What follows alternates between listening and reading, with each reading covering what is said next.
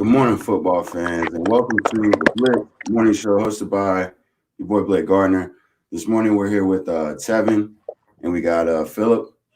As you guys know, a bunch of huge games this week on the slate. Number one, Bama taking on Florida today here in Gainesville. You got the whiteout game with Penn State and Auburn. So just a lot to watch going on today. We're gonna go ahead and start knocking out these top 25s. But first, Tevin, what's your biggest game today to watch? My biggest game is I'm gonna say Auburn Penn State. Auburn Penn State. And real quick, we're gonna get into them because we're gonna get to them. I just wanted to hear your pick and who's your winner. I'm going with Auburn. Okay, we'll get back to this. We'll get back to that game later. Philip, what about you? Biggest game for you today? Alabama versus Florida. Yep, I'm gonna have to agree with that. This game sets the tone in the SEC for here moving on out.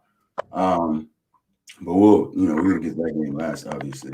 First off, Michigan finally back in top 25, which is crazy considering who their coach is, who the team they are. The Big Blues finally back in the top 25. They got NIU. Oh, right. Should be a W for them.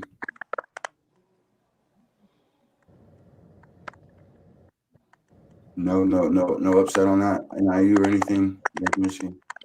Nah, straight Big Blue. I saw this is Virginia Tech, number 15, is taking on West Virginia. These are all 12 o'clock games we're going over right now. Virginia Tech's taking on West Virginia.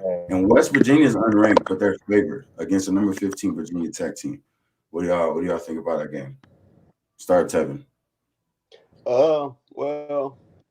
For West Virginia, Virginia Tech, I like West Virginia. I mean, even though they're kind of favorite, because the Hokies, they can be up and down. They can be up and down a little bit, but I like what the coach is doing over there at West Virginia. He's bringing that school back step by step a little bit, and so I like what he's doing over there. As far as Virginia Tech goes, I know it's kind of growing pains they had last year and things like that, but I think they're gonna come along as well. Philip, I got Virginia Tech.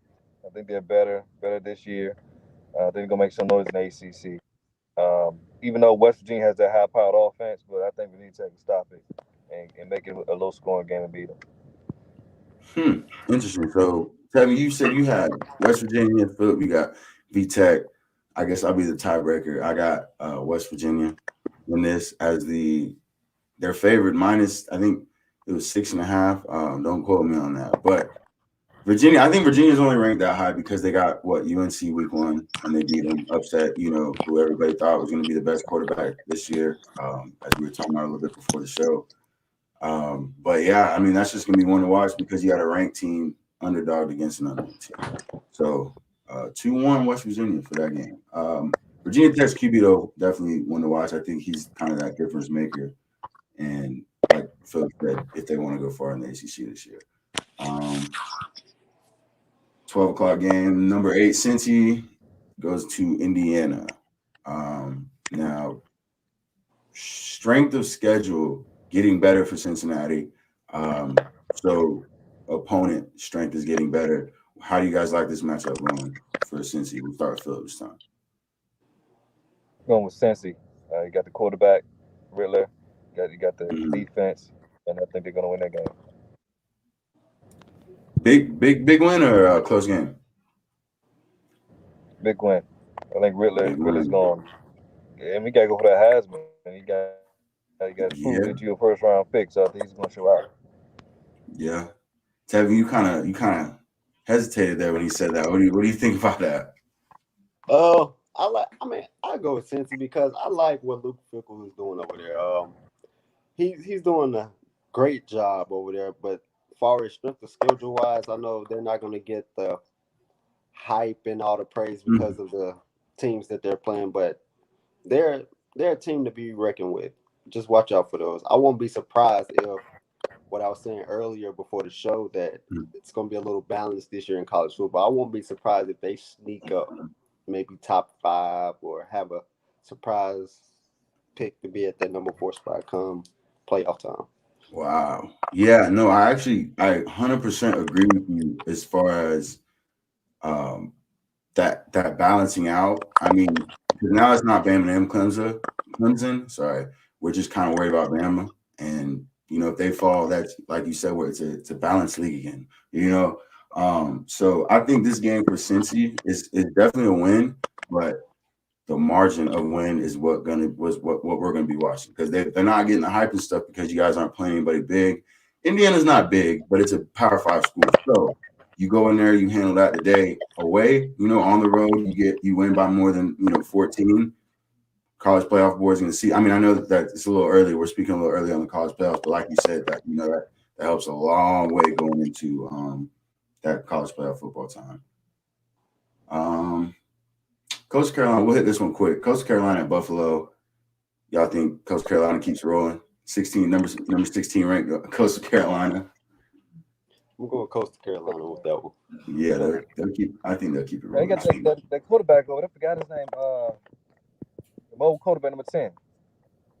For Coastal Carolina, I know exactly. I can't think of his name right now either. But I mean, he keeps playing the way he is, and then I promise we won't forget it. That's for sure. Michigan State at Miami. Now Miami's favored in this after barely beating Appalachian State last week, wasn't it?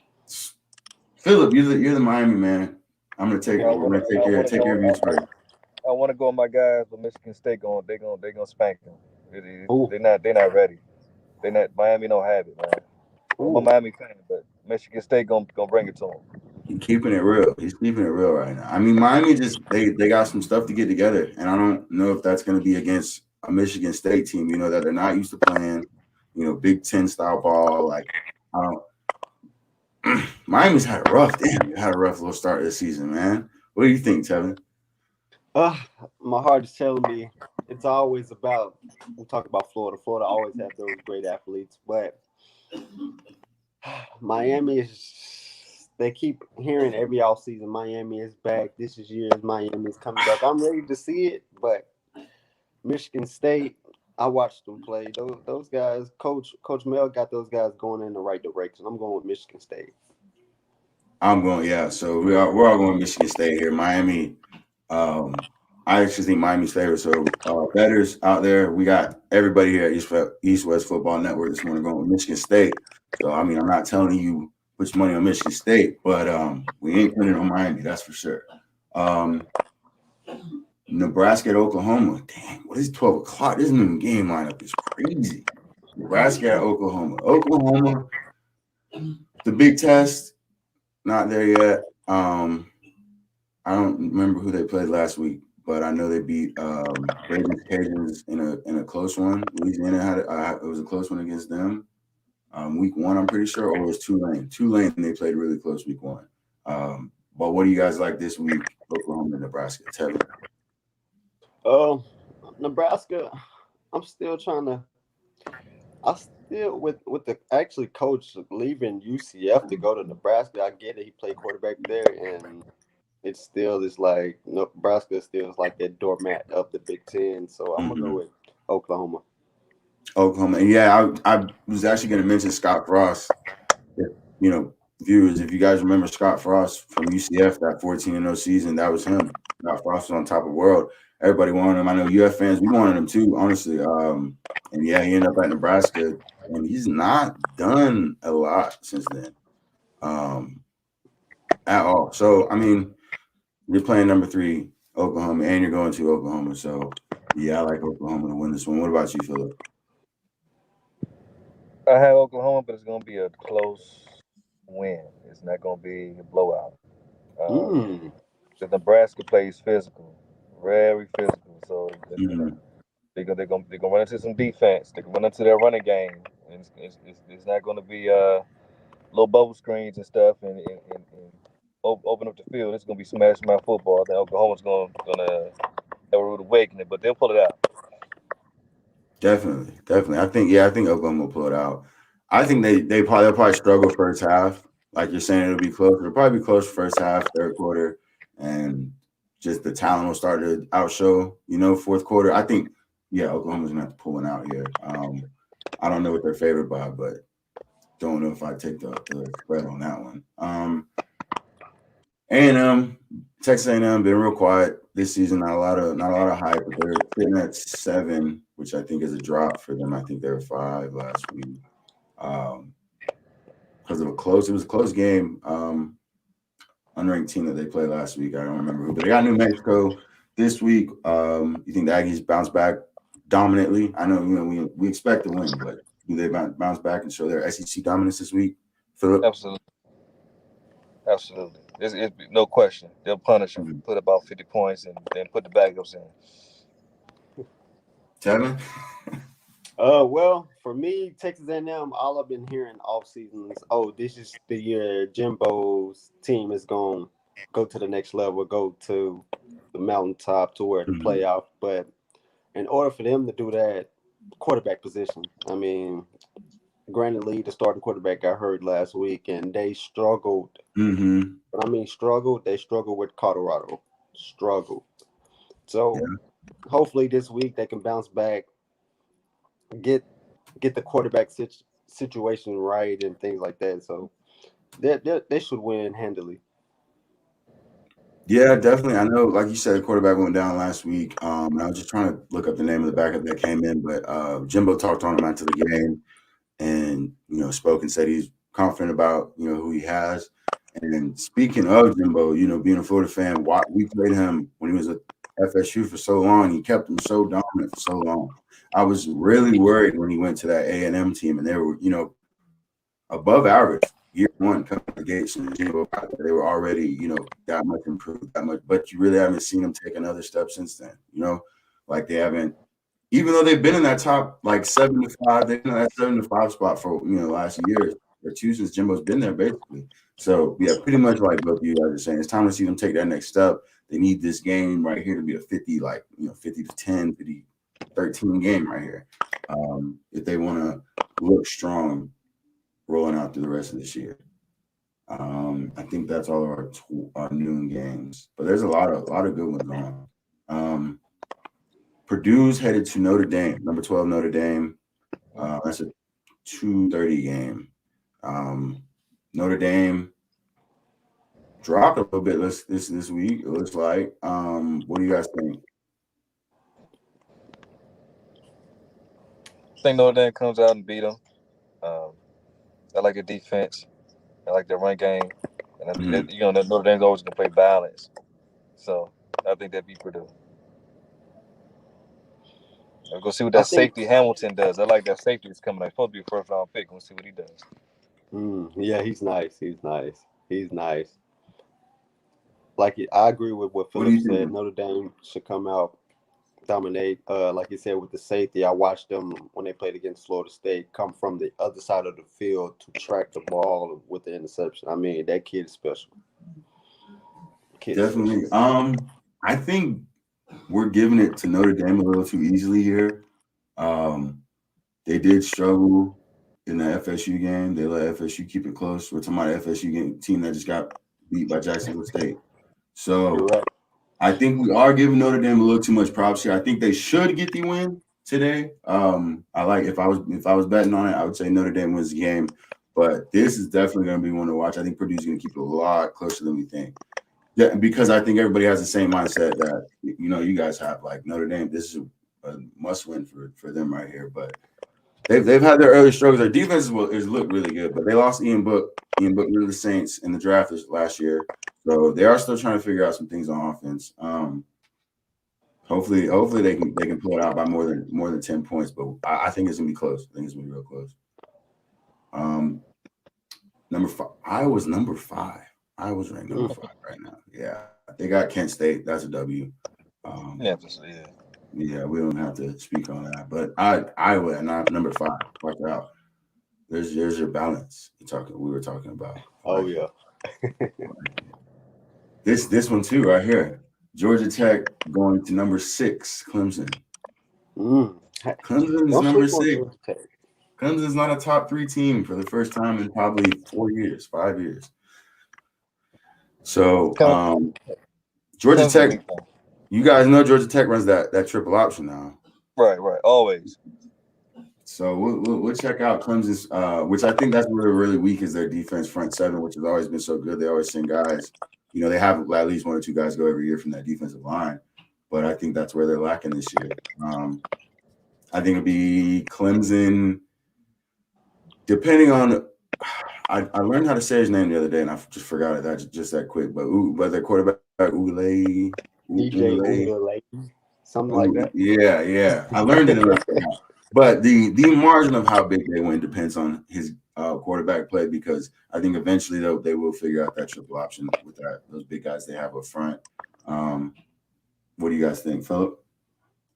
I think Clemson just goes in there and beat them and spank them. I mean, I always like Georgia Tech, their triple option. They always had a big receiver. Demarcus Thomas, Calvin Johnson. They always had a mobile quarterback and big receiver, big time receiver. But Clemson they're gonna beat them today. What you think, Ted? I'm going with Clemson, but I like what Jeff Collins doing over there at Georgia Tech. He's gonna bring their program up to where it hasn't been in years past, man.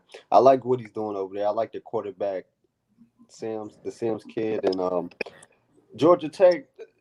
I say in the next 2 or 3 years, don't be surprised that it's going to be them, Clemson them. I would say a little bit of Florida State. Hopefully, they come back to the promised land. But hey, good old Clemson. I'm looking for Clemson offensive line. See how well they block. Yeah, they definitely looked a little sus in that Georgia game. So yeah, they got a lot of stepping up to do. That ACC, is it the ACC getting tougher, or Trevor Lawrence is gone now, so like it's everybody's game, or is just everybody's getting tougher? It's wide open now. I mean, if North Carolina just keeps on, getting better when Sam Howell proves that he's a first round pick and proves that what he is. I mean, what you got? I mean, I'm not mad at North Carolina because they lost Dammy Brown, Daz Newsome, the running backs. Yeah, that nasty dude. I think that's what got him a lot of hype coming in this year. Is you had that nasty dude of running back that were giving him so much support. Now he doesn't have those guys at all, and he's trying to learn from them. But what about you, Tevin? You think that ACC is just getting stronger, or like Philip said, it's just wide open now that Trevor Lawrence is? I agree with Philip because it's a little bit wide open because I think North Carolina is going to be that second team to compete with Clemson. And I also I like Georgia Tech. I think Georgia Tech is gonna emerge, and I'm waiting for Miami as well. That's who I'm really waiting for. I'm waiting for them because they got that pool of talent down there. But I know they got to fight the Floridas, the UCFs, the UFCFs, all those schools down there for those kids. But I'm waiting for Miami really. But like he said, it's wide open. It used to be Clemson and everybody else. Now it's Clemson, your North Carolinas, yeah, Florida States, hopefully, your Miami's and all those teams. Very true. So we'll have to keep an eye on the ACC. ACC is all year. The 3:30 game. We'll come back with Bama, Florida. We're gonna do that game last. Tulsa's coming to Ohio State. Ohio State dropped the number 9 after losing Oregon last week. Let's see. Yeah, number 9 Ohio State. We got the dub with Ohio State. Philip? Yes. Bounce back after the Oregon loss. Same for you, Tevin. You don't think they're on upset alert for Tulsa? Oh, they should bounce back big. I hopefully to see them bounce back, get the offense as well because they missed a couple plays to where they should have set themselves up to not even getting themselves in that position. That fourth quarter of that Oregon game was crazy. I can't believe they pulled it off. So Ohio State looking to bounce back this week at Tulsa. That's a 3:30 game. Oh, let's see. Next up, Georgia Southern is going to Arkansas. Oh, that'll be that's another cross ACC and no, Georgia Southern's not ACC. Georgia Southern is Sun Belt. coming to the SEC. Arkansas is ranked at 20 right now, so they're heating up a little bit. I like Arkansas to win this. I'm guessing you guys are both going Arkansas to win this, but that's another team that runs that triple option. Weird enough. So we'll watch. We'll keep an eye on Arkansas and see if they can keep heating up this year. Marshall and East Carolina. That's kind of a game for me to watch. I don't know if you guys are following either of those. East Carolina, I know, cracked the top 25 last year towards the end of the season, and Marshall actually I think cracked the top of 25 at the end of last year. So that's actually a pretty big game that could have some implications later on down the line. We always have the Liberty, sneak in 8 weeks in, and it's like, wait, Liberty's ranked 12. So Marshall or East Carolina, honestly, I think could be one of the teams to do that this year. Marshall's got tight end Xavier Gaines, who is not getting enough talk about. And I forget what the tight end award is for college, but he definitely deserves to be on that list. Let's see, South Carolina and Georgia. Number overall 2, Georgia. Got That's South gonna be Carolina a tough game. coming. That's gonna be a tough game. That's gonna be. I'm taking Georgia just because they're gonna run that ball, and their quarterback is playing at a pro level, and the defense. So I got to go with Georgia. But South Carolina, they bring it every time. It's gonna be a tough. Hey, game. are one of you guys' mics like jumping around?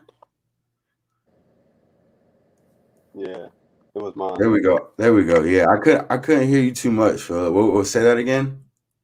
I was just saying that Georgia is too much for South Carolina, but it's going to be a fight, though. They have the quarterback, the running game, and the defense is going to show up. But South Carolina, they show up every time to play. So they're going to play defense. South Carolina plays defense, and they put out talent every year. So it's going to be a good game.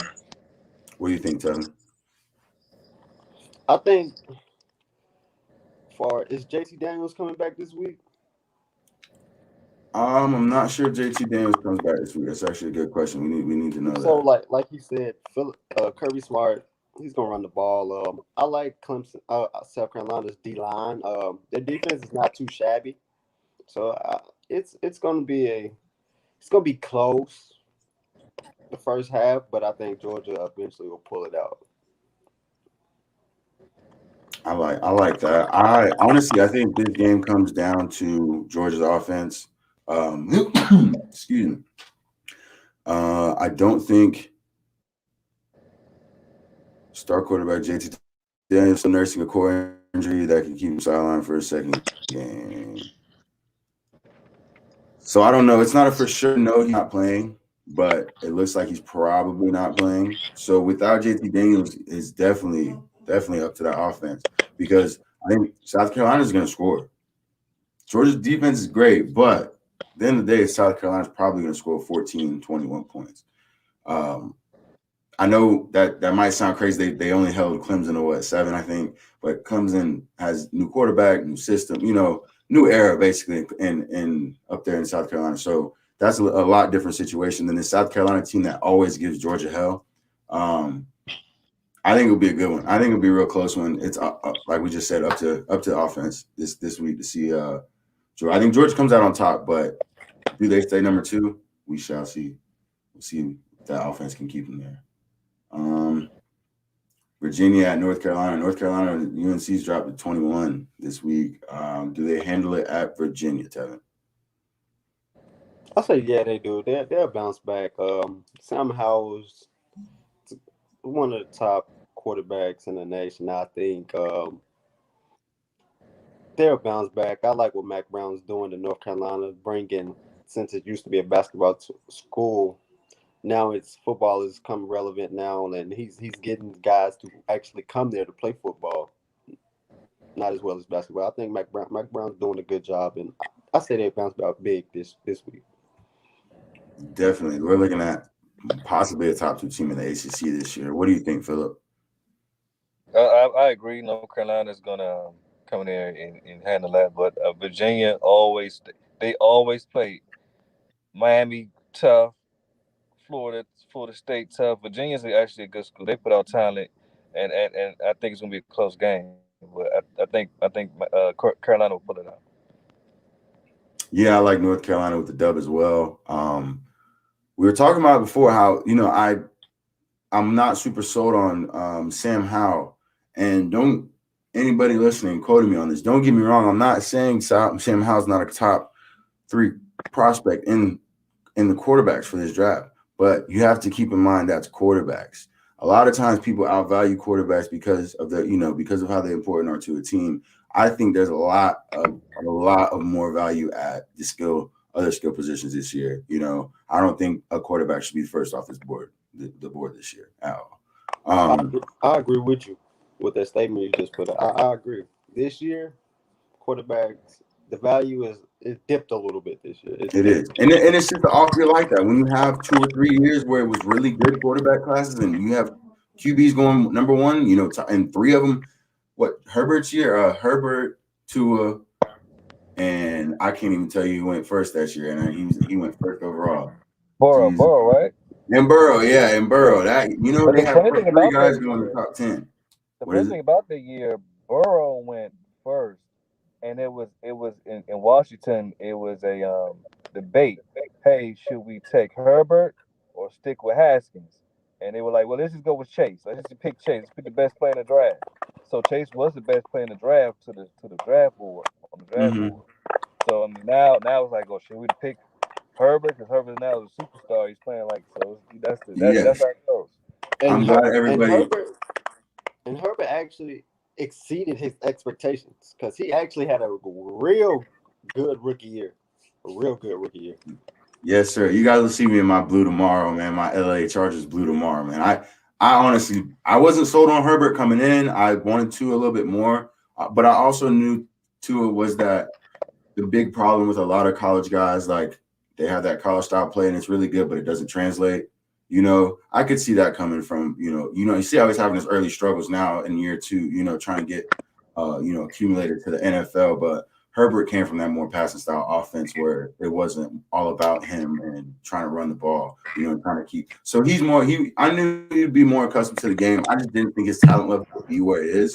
But I love Herbie now. Herbert is the man. So I'm glad every team let him slip to us, and that he was the 3rd best. Justin Herbert was the 3rd best overall in everybody's eyes that year. So you take that into account with this year's quarterback class. That is what I mean by Sam Howell is not a top 3 player, in this class. He's definitely a top 3 quarterback in this class. But as of right now, none of these quarterbacks look like top 5 pick guys. Honestly, they do not. There's more talent out there. But I don't want anybody to get me wrong on that. I don't want y'all to be hearing me say Sam Howell's not good. No, he's good. He's just not as good as some. What about Matt Kerr? You don't think he has potential to be something? Matt Corral. So crazy about him. He committed to Florida. I followed him and I definitely was excited to come see him play here. When he decommitted and went to Ole Miss, I was so upset. And and here it is. I knew he was going to be a stud. As long as he has the right weapons, which Ole Miss usually has, good weapons. You got Metcalf came out of there. So they keep a good wide receiver room there. Ole Miss has to get into the SEC schedule so you can really see Matt Corral as the true Ole Miss starter number 1.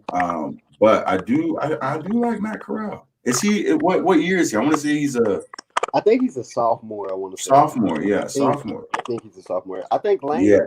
With Lane, he's good developing quarterbacks, and so I think Matt Corral is only going to go as far as he's keep getting pushed, and he has the tools. But I like him. I like him. I agree with you. He needs to be molded. He definitely needs to be molded, but he has the raw talent is there. He's a very talented guy. He's just got to. Ole Miss, I think, actually be pretty good for him.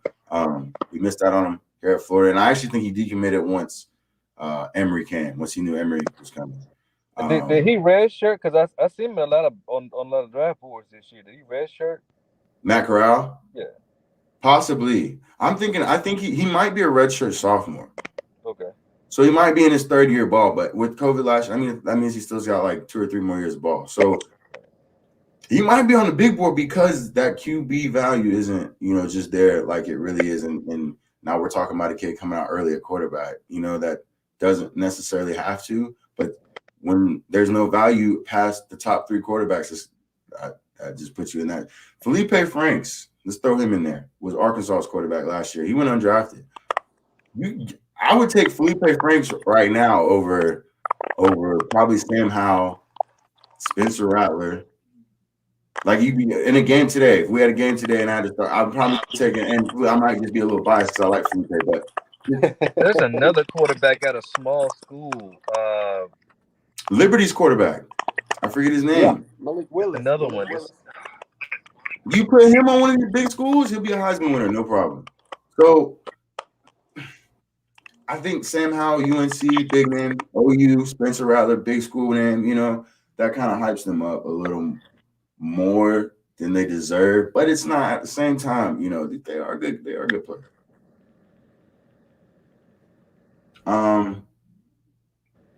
Stony Brook at Oregon, number 4. Oregon is number 4. Oregon's a top 5 team right now. Yeah, Oregon's going to stomp them. Oregon's will stop them. I'm not sure on Kevon Thibodeau's status. I was looking at it a little bit before we hopped on air with Tevin. And we're unsure of Kevon Thibodeau's status, but he was out the entire Ohio State, did not play down in the Ohio State game, and they beat Ohio State. So that is very scary. Kevon Thibodeau now is the number 1 overall ranked prospect coming out of this draft so far this season. His injury is definitely going to hinder him a little bit, but as long as he comes back and performs the way he has the last 2 or 3 years he's been at Oregon, he'll be fine. That is their number 1 prospect right there. He's just an absolute freak off the end. And, as we can see, Oregon has a really good D-line altogether because without him, they still had enough manpower to beat Ohio State. So that might be helping his draft stock a little bit. But that's a number 1 player. That's a top 3 player right there in the draft, Kevon Thibodeau. We'll have to watch out for him. But you guys, Oregon's rolling this week. Yeah, Oregon's going to stop them. I don't even worry about that again. Oregon as well. Here we go. 7:30. We got Auburn and Penn State. Auburn's at Penn State. So it's in Penn State. Auburn's ranked 22. Penn State is ranked 10. Top 10 team right now. Florida, they boofed us with 11. They bamboozled us. We should be a top 10 team right now. But Penn State is 10. Auburn's 22 going into Penn State. The whiteout game. Penn State has looked pretty good this year, but Auburn also, I think, has looked pretty good. Bo Nix, I liked him coming out, and he hasn't been very consistent. I think he makes that step this year. He makes that next step this year and becomes like a decent, consistent quarterback. First, before we take picks, what is the big matchup in this game for you guys? Start with Tevin. Well, I'm going to go with Bo Nix because the reason why I say that, the stigma on him, he's only played good at home and stuff like that. He's bad on the road. But if you notice, he had 4 offensive coordinators.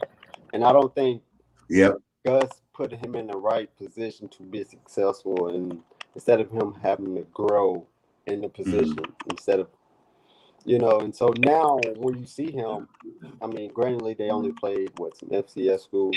Yeah. But you actually see a growing experience to where he was last year and to where he was this year. I think he's more comfortable than what he's running and what they've thrown at him this year. And so I think for him going into this game, he's going to be a little settled down-ish, can game management a little better to where it was. If it was last year going into this game, it would be up and down contest to where, it's the same Bo Nix we used to see and things like that. I agree exactly with that. I agree. Bo Nix, he's great. When he's great, he's really damn good. And he's fun to watch. But just when he has a bad game, you watch him, you're like, what? Where's the guy that can throw? I've seen him throw like a 350-yard game, and then the next game throw 3 picks. So definitely needs to work on the consistency, especially good point you made. At home, he's really well. Away, I wanted to say he's 8-6 against ranked opponents. So that number's got to be better if you want to be a top-tier quarterback. Philip, what's your matchup watching this game? Maybe Auburn's run game. Their offensive line against that Penn State defensive line. I think Auburn's going to get their run game cranked. and they're going to have a time of possession. It's going to be old school smash mouth SEC football, and then they're just going to punch that offensive line. I mean that defensive line of Penn State. Definitely. I agree with you on that. I think a lot of these big games this week are going to be that. These real, like, run the ball, fundamental football games between these big schools that have been doing it for a long time. As far as the big games this week, we noticed last week in the Oregon-Ohio State game, I think Oregon wins that game because they get Ohio State out of that rhythm. Ohio State wasn't in that, let's chunk out these yards, let's get these field goals, let's make sure we get these first downs. Let's not go for it on fourth down, let's punt. Oregon got them out of that rhythm very early. In the first half, honestly, and it ended up being a high-scoring game, and that's not, the Ohio State is not really that type of team anymore where they have the quarterback that can air it out and keep up with them. So, like you just said, Philip, I completely agree. I think it's going to be one of those games where Auburn's run game is going to have to show a lot against the Penn State and underrated Penn State defense. I say underrated, but they're ranked number 10 overall. But I think their defense is what has helped them a lot so far this season coming along. So that run game is definitely going to watch. As far as picks for this game now. But don't sleep on Auburn's defense as well with Derek Mason. So Derek Mason, that's a bad boy right there. That's a bad boy. I honestly, I'm interested to see this Auburn post Gus Malzahn team. Will this will be the second year he's gone, or is this the first year he's gone? I think first year. I think I want to say that too, but I don't want to seem like a dud and be wrong on that. But I want to say this is Gus Malzahn just left over the offseason. He just went to UCF. So I'm interested to see Auburn in this post Gus Malzahn era. Can Bo Nix be consistent? If Bo Nix can be consistent, then this, we could see a very dominant Auburn that could possibly be able to do something with Bama this year. We know every year that game's close. So this game will show us a lot about Bama. Like Philip said, they played 2 FCS teams, I think, for the first 2 weeks. So we haven't got to see too much from them. They could be underrated right now. Auburn, that 22 really couldn't be them right now. They could be much higher than that. And they definitely will have the chance to prove it tonight at 7:30. They're going to Penn State for the all-whiteout game for sure. We were talking about Matt Corral earlier. Tulane's coming to Ole Miss. Ole Miss is at 17 right now. That's a dub, 100% for Ole Miss. It should be. Tulane's actually played great, though. Tulane's kind of like America's team right now, with all that going on in Louisiana. They haven't played a home game, and I forget the number, but it's been a really long time. Their home games have been held other places, or they've just scheduled more away games. So everybody's been rooting for Tulane. Tulane's been playing actually pretty good. They were the team that Oklahoma beat by like 7 week 1. Barely snuck out, at home, I'm pretty sure too. In Oklahoma, only snuck out by 7. Or let me correct that. Third quarter, they were only up by 7. And they started looking a little more dominant in the fourth, which I think kind of sounds about right for early season Oklahoma. But Tulane definitely not one to just sleep on. I think this is a good proving game for Matt Corral. Definitely, like we were talking about earlier, we'll see if he pops out after that game. These damn Pac-12 games, 10:30, 10:15 tonight. We got Arizona State, 19 ranked overall, headed to BYU, number 23 ranked overall. Philip, who you got in that and why? Arizona State quarterback had the quarterback and the half-out offense. So BYU's not going to stand a chance against that. Not a chance. Tevin? I was sold on Arizona State last year. Mm-hmm. I watched them last year. Who did they beat? Oregon. They beat Oregon last year. Was it? Mm-hmm. Or I think it was the year before when Justin Herbert was there. When Coach Herm first got there. I was just gonna say Herm Edwards is still there. Yeah, I was sold on him then, and so I like what he's doing out there. I know it's been some rumbling talking about they under investigation and things like that, and so I like what Coach Herm is doing out there in Arizona, and so I'm going with Arizona to beat BYU. These guys got Arizona State coming into BYU with the upset. I guess it's not upset. BYU's 23, Arizona State's 19. I'm taking BYU in this game. I think Arizona State, like you said, I was sold on them last year. I don't know about this year. Last year, I think they had a really good run, and I think that helped their preseason ranking this year. But right now, I think that's too high for Arizona State. So I'm gonna take BYU in that game. Hold on. I was thinking about the Sun Devils. Wait a minute. Arizona State, yeah, Sun Devils. You're right. Yeah, not Arizona. Yeah, Arizona State's the Sun Devils. Okay, yeah, we have Sun Devils. I was doing with the other Arizona. I forgot the other. No. You good. That's a 10-15 game. At 10:30, we have number 14 Iowa State at UNLV. We were just talking about Tate Martell before the show. I might actually been on this one too, but they're at UNLV. Iowa State's coming to town. I think Iowa State takes the dub for sure, but this would be a good opportunity for Martell and UNLV, who's usually a good team, and Iowa State is a big Power 5 school, yes, but I think that number 14 is being very nice for them. Because if they played some other Power 5 schools, I could name a bunch. I could definitely name at least 4 or 5 that are probably ranked lower than them that I think would beat them.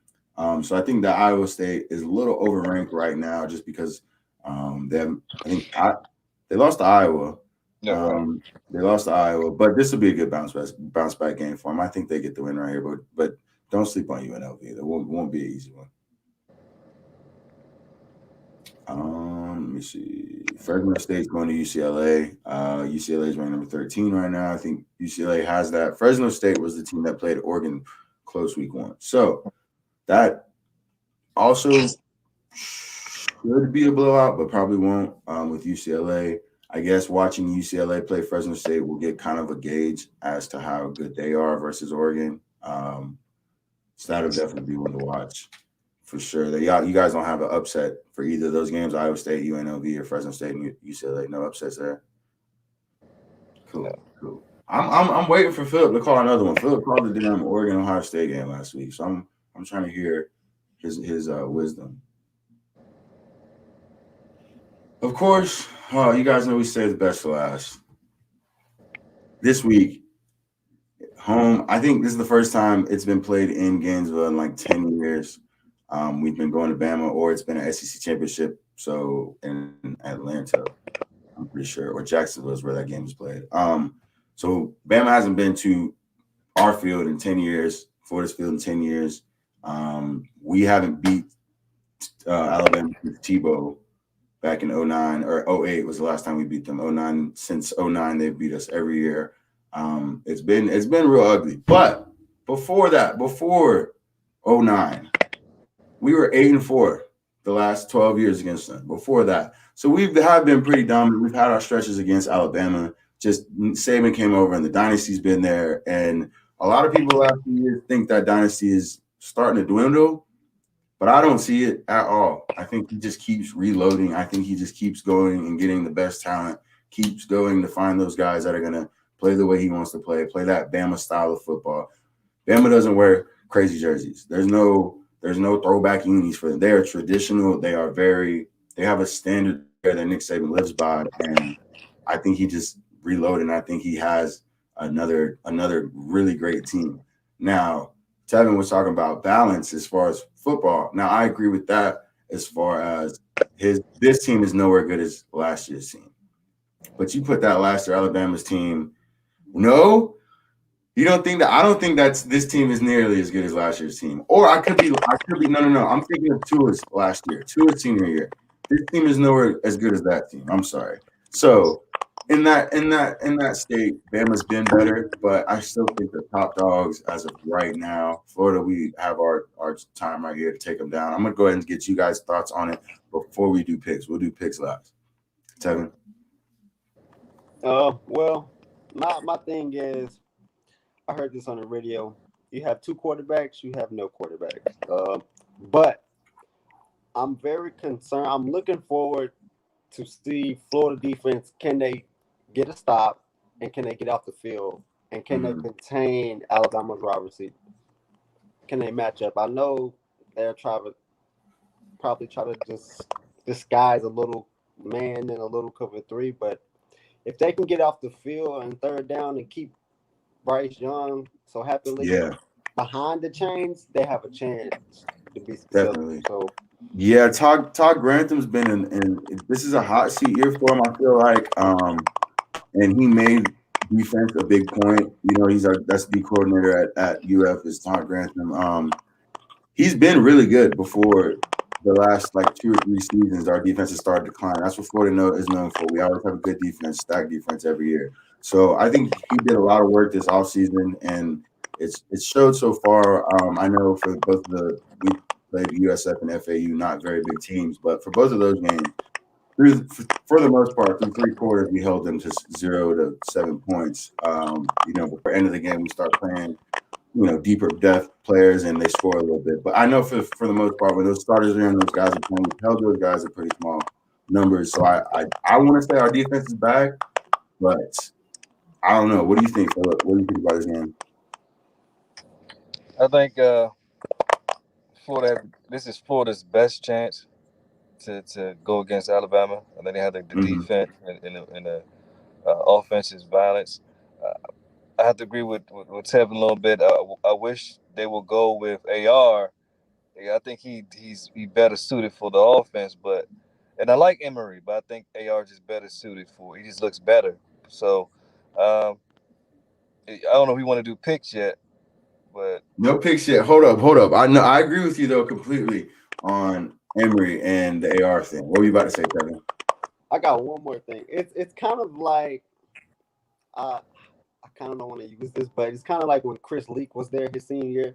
You have Tim Tebow in, kind of a running style quarterback. You're really not gonna let him throw the ball, really, but you know he can throw the ball. But it's kind of like, oh, let's use him as a heavy guy and things like that. But for Florida, I think it's going to depend on what Emory Jones do. How is they going to let him throw the ball or let him be dynamic? And then with the AK, I think it's either going to let him throw the ball as well or run in however gadget plays or anything like that. Because for Bama, it's not. I don't think they're going to have to change up their scheme to where this quarterback in, we know what to do with this guy, and they're going to try to take away their best option. And for Florida is to be successful.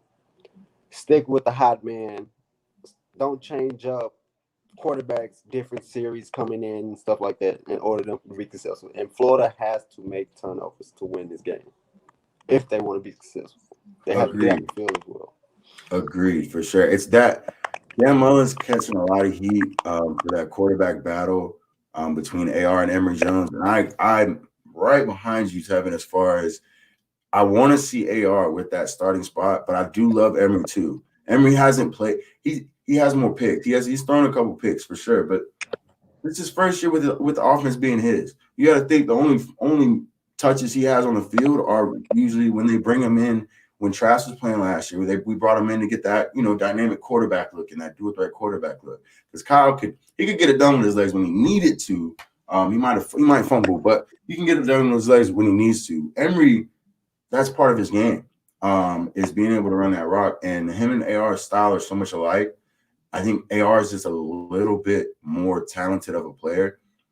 But you balance that with you got Emory, who's been in the system this is his 4th year with Mullen. And Mullen's been recruiting him since day one. Mullen was recruiting Emory before he left Florida back in, he's been recruiting. He's been recruiting Emory since he was like a kid. So it's just hard. It's such a 50-50 right now, honestly. And then when you put who we've played the last 2 weeks, you look at USF and FAU. I hope both of them do amazing against them. I hope both of those quarterbacks play lights out against both of those teams. If they don't, then I think this quarterback competition will be clear. But Emory had his early game struggles that I think any new starting quarterback is going to have. But that's really going to be, I think, the main point in today's game. We have a stable full of running backs who are just ready to rock and roll. Damian Pierce put up 100 yards last week, I think, and first week. So he's on that track for a 1,000-yard year. He's been fighting for touches the last couple of years. We've got a couple good guys coming through, but it's all his right now. And we've got 5-star. We literally have a 5-star sophomore, DeMarcus Bowman, sitting on the, waiting his turn in the running back room as well. So we're going to be good at running back. Jacob Copeland's finally getting his shot at wide receiver. he has like 3 or 4 touchdowns already on the season. Emory and both AR have hit him on big like 70-yard bombs. So I've liked what I've seen from us this year so far through 2 weeks and these 2 games. But today's gonna be a tough day. I think now though is the time for us to make our picks. And Tevin, we'll start with you. Well, of course, I live in the state of Alabama, so we're going with Alabama. I'm going 41-28. 41-28. Ouch. What about you, Phil? I'm going my first upset of the day. I'm going Florida. Florida, because I'm undefeated right now upsets week 1, week 2, week 3. So I think Florida will pull it out in the last minute with a field goal. That's 23. Tebow, I watched Tebow talk. He had a sit down talk with Emory and AR, and he's been talking this morning. I was up a little early talking on SEC Network. They're actually in town today. So I heard Tebow say like multiple times, if they can keep this close coming into the fourth quarter, it anything can happen. And at that point, then it's talent versus talent. It's not, at that point, it's not Saban versus Mullen necessarily. Because both of them are going to make great coaching decisions. Both of them are going to be great, especially in those crunch time decisions. But that's what it comes to. Like last year, it came down to Trask having a couple turnovers within the game, and that gives Alabama, the lead. But so it really is. If we can keep it close, under 13, under 14 points going in that fourth quarter, it's anybody's game. So I will be taking Florida this week, and surprisingly, we have a 2-1 pick for Florida over Alabama here at East West Football Network. Philip called Oregon last week, so the fact that he's going with Gators today gives me huge confidence. But I think this is no bias right here. I honestly think this is the best team that has a chance to beat Alabama outside of number 2 Georgia.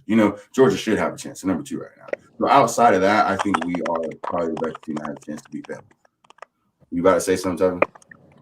Yeah, I think y'all have a good chance. I don't think Georgia's always going to be Georgia. Everybody's always going to put them up there. I hate to say that because we hate Georgia. Florida fans hate Georgia fans, but Georgia is always going to be Georgia. They can play good and they can play big time, but you just don't see them in the big games. They're just not there at the big games. That's not for you, Georgia. You play good though, most of the time. But I feel you on that 100%. But I think that's all for us today. If you guys got anything else you want to say, go ahead, throw it in there. But I think we've hit all the big games for today. It's definitely gonna be an exciting day. I'm gonna be glued to my couch most of the day.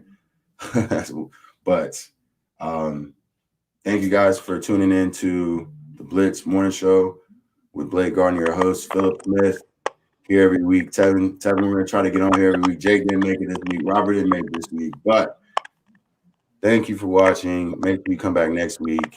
And that's all from us here at East West Football Network. You guys have a good ass